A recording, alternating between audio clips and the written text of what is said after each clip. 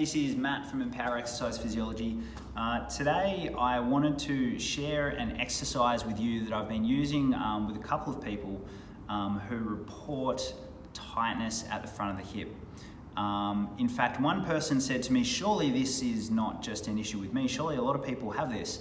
And I said, yes, a lot of people have this. So this is why I'm putting out this video for see if we can disseminate some important information around accessing and using our glute muscles, okay?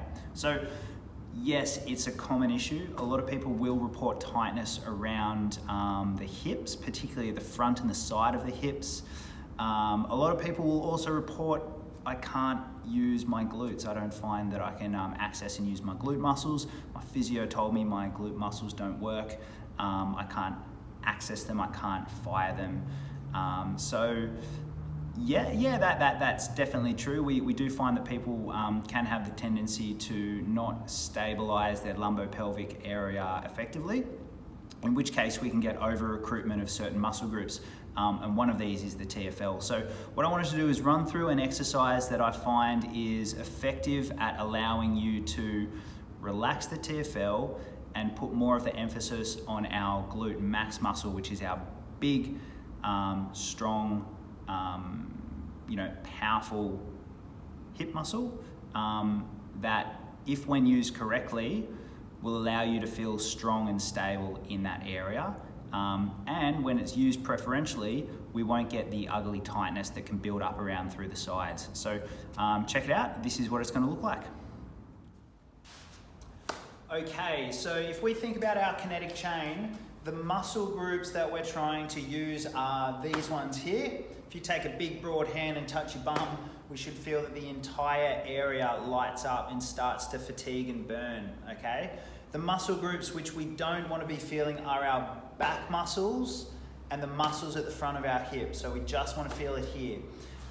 You might feel it in your thighs, that is completely fine, but I do want you to tell me, and I do want you to feel that your butt muscles is really working, okay? So what we're going to do, we're going to take ourselves onto one foot like this, and then all I'm going to get you to do is you're going to soften your back, soften your hips, soften your knee, and I'm going to get you to reach over and touch your opposite toe, just like that. Come back up. All right. So I just wanted to show you what a couple of repetitions look like stringed together. So you can see that I'm sort of moving in a pretty controlled manner, and I'm actually trying to relax my back muscles, be soft in my hip joint, be soft in my knees. Another couple of good points is to really sense and feel the ground, and use your foot and your big toe in particular to stabilize your ankle, which really helps you to use your hip muscles correctly.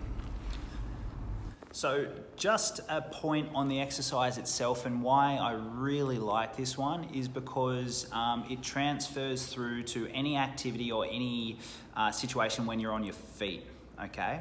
If you imagine we have our hip as it attaches onto our pelvis, we can have two different types of movement that occur in the area.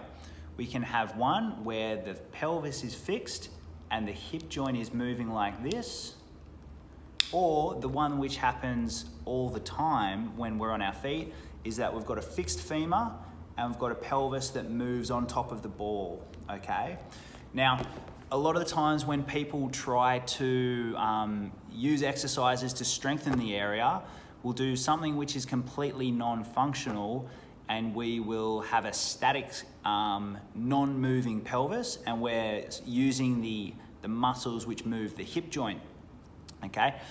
This is actually the complete opposite to what happens when we're on our feet.